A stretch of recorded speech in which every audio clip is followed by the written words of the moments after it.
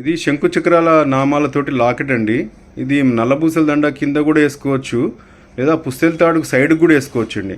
సైడ్కి వేసుకున్నప్పుడు మళ్ళీ లింకులు మారుస్తామండి. అంటే శంకు పైన కింద నామం కింద దాని కింద చక్రం అట్లా వస్తుంది.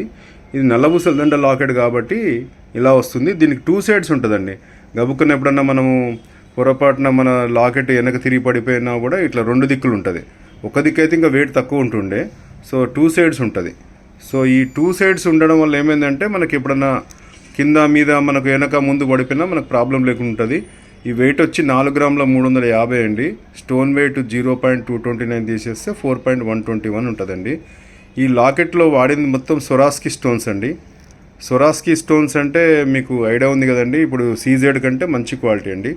సో ఇది ఇందులో వాడిన క్వాలిటీ కూడా చాలా మంచి క్వాలిటీ వాడతారండి. అంత సన్న రాళ్ళల్లో మామూలు క్వాలిటీ రాదు.